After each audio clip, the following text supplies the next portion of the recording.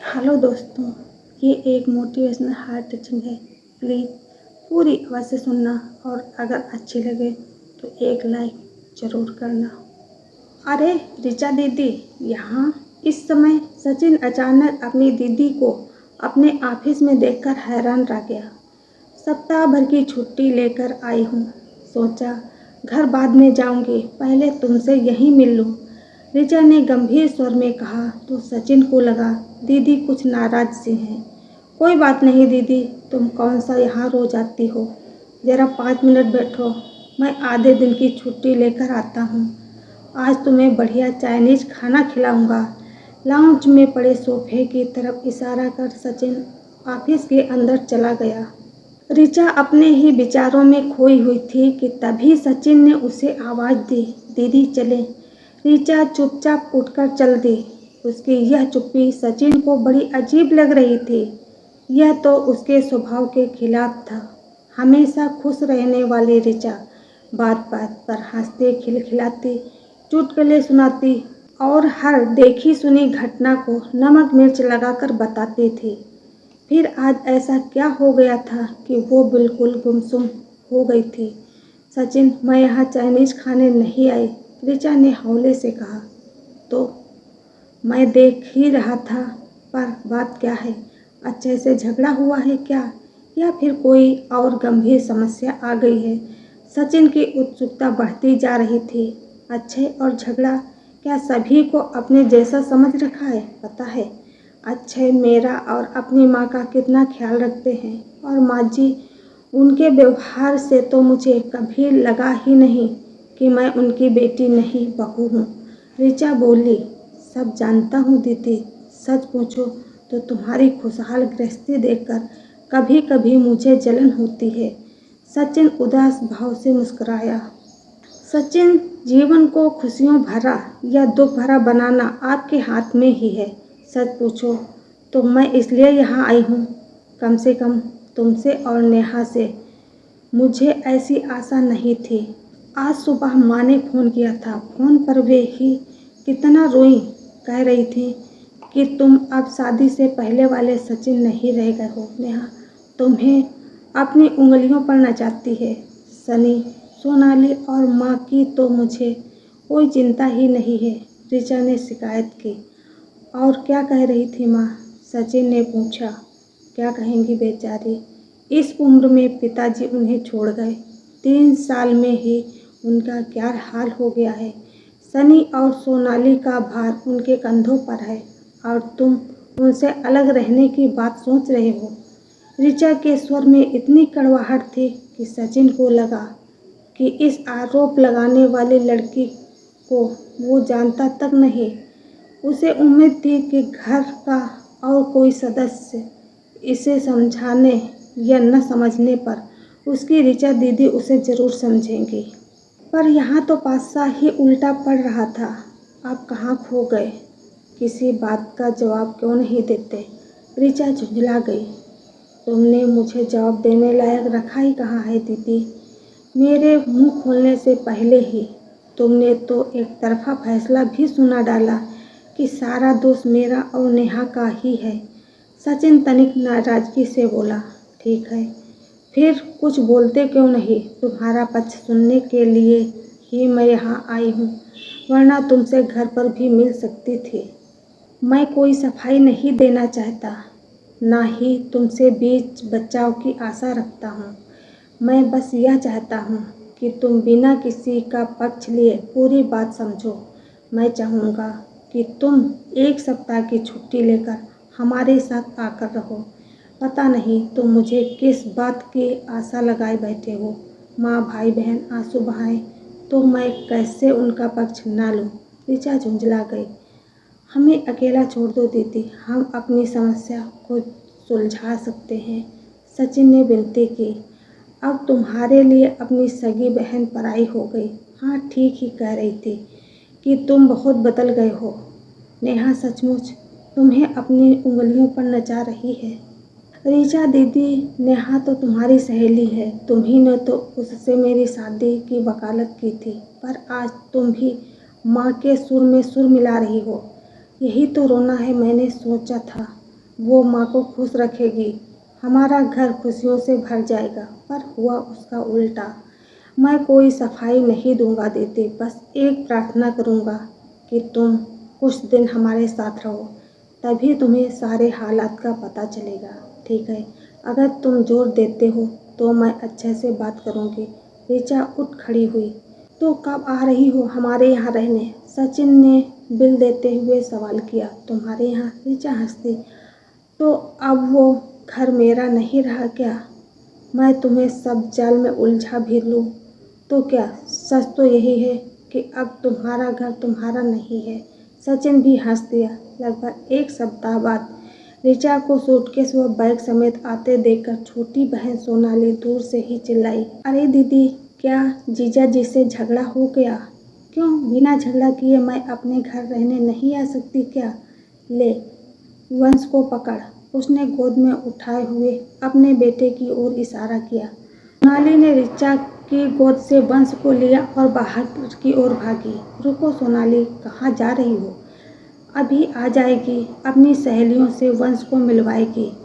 उसे छोटे बच्चों से कितना प्यार है, तू तो जानती ही है, माँ ने ऋचा को गले लगाते हुए कहा। लेकिन माँ, अब सोनाली इतनी छोटी भी नहीं है जो इस तरह का व्यवहार करे। चल अंदर चल, इन छोटी छोटी बातों के लिए अपना खून मत जलाया कर।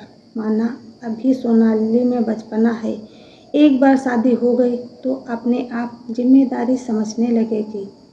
माँ हाथ पकड़े कर ऋचा को अंदर लिवा ले गई। हाँ, शादी की बात से याद आया, सोनाली कब तक बच्ची बनी रहेगी? नौकरी क्यों नहीं ढूंढती? इस तरह शादी में भी मदद मिलेगी। ऋचा बोली, बहन की शादी करना भैया भाभी का फर्ज होता है, उन्हें क्यों नहीं समझाती? मेरी फूल सी बच्ची नौकरी करके अपने लिए दहेज जुटाएगी। माँ बिफर उठी। मेरा यह मतलब नहीं था माँ, पर आजकल ज़्यादातर लड़कियाँ नौकरी करने लगी हैं। ससुराल वाले भी कमाऊ बहू चाहते हैं। इनकी दूर के रिश्ते की मौसी का लड़का आशीष बैंक में काम करता है, पर उसे कमाऊ बीवी चाहिए। वैसे भी इसमें इतना नाराज होने वाली क्या बात है? सोनाली काम करेगी तो उसे इधर उधर घूमने का समय नहीं मिलेगा, फिर अपना भी कुछ पैसा जमा कर लेगी। तुम्हें याद है ना माँ, पिताजी ने मेरी पढ़ाई खत्म करते ही मुझे नौकरी करने की सलाह दी थी। वे हमेशा लड़कियों के अपने पैरों पर खड़े होने पर जोर देते थे। ऋचा बोली, अरे दीदी, कैसी बातें कर रही हो? जरा सी बच्ची के कंधों पर नौकरी का बोझ डालना चाहती हो? तभी सचिन का स्वर सुनकर ऋचा चौंक कर मुड़ी। नेहा और सचिन ना जाने कितने देर से पीछे खड़े थे। सचिन के स्वर का व्यंग उससे छिपा नहीं रह सका। बड़ी देर कर दी तुम दोनों ने। ऋचा बोली, ये दोनों तो रोज ऐसे ही आते हैं, अंधेरा होने के बाद। क्या करें, 6 साढ़े 6 तो बस से यहाँ तक पहुँचने में बच ही जाते हैं। फिर शिशुगृह में तन्मय को लेते हुए आते हैं तो और 15-10 मिनट लग ही जाते हैं।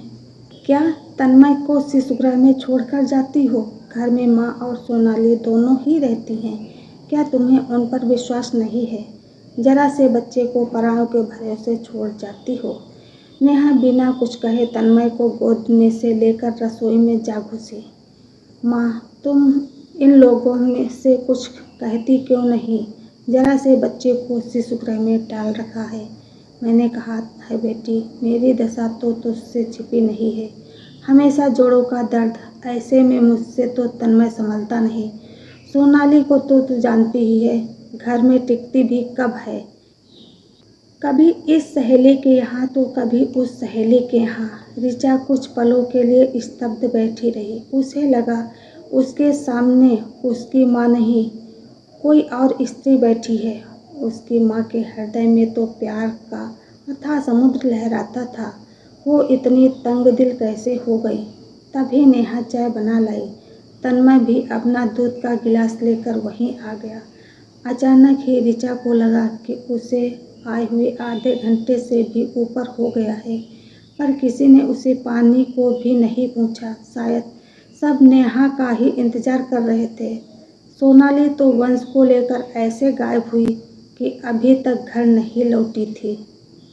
झटपट चाय पीकर नेहा फिर रसोई में जा जुटी। ऋचा अपना कप रखने गई तो उसने देखा कि सिंक जूठे बर्तनों से भरी पड़ी है और नेहा जल्दी जल्दी बर्तन साफ करने में लगी है।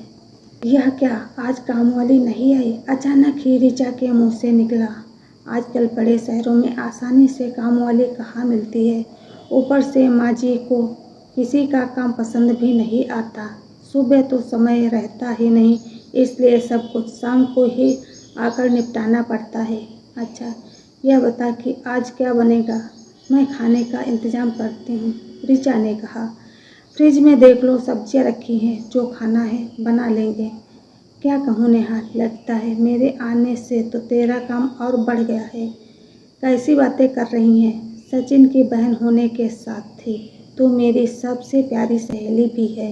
यह कैसे भूल गई पगली? इतने दिनों बाद तुझे मेरी याद आई है तो मुझे बुरा लगेगा। अनजाने में ही नेहा की आंखें छलछला आई।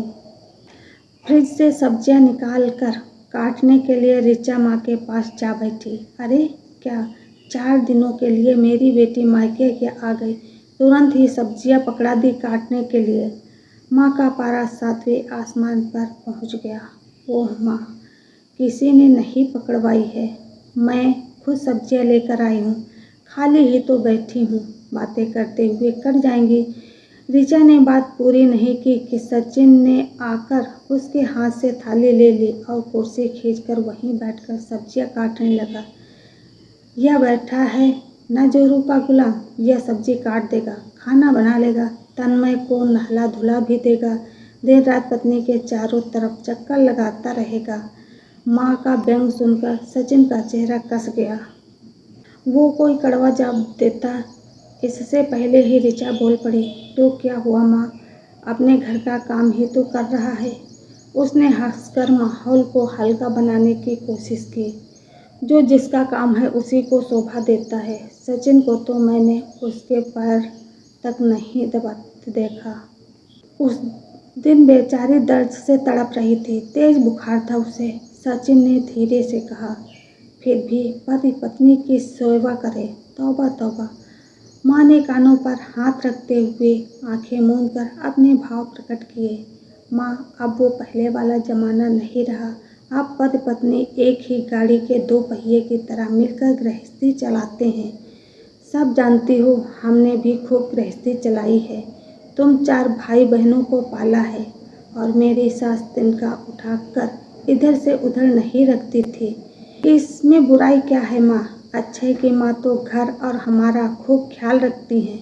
ठीक है, रखती होंगी, पर मुझसे नहीं होता। पहले अपनी गृहस्थी में खटते रहे, अब बेटे की गृहस्थी में कोल्लू के बैल की तरह जुटे रहें। हमें भी घूमने फिरने के लिए कुछ समय चाहिए कि नहीं? पर नहीं, बहू रानी का दिमाग हमेशा 7वें आसमान पर रहता है। नौकरी जो करती हैं रानी जी, माँ ने बुरा सा मुंह बनाते हुए कहा। अगर नौकरी करने वाली लड़की पसंद नहीं थी तो शादी से पहले आपने पहली शर्त यही क्यों रखी थी माँ? ऋचा ने माँ को समझाना चाहा।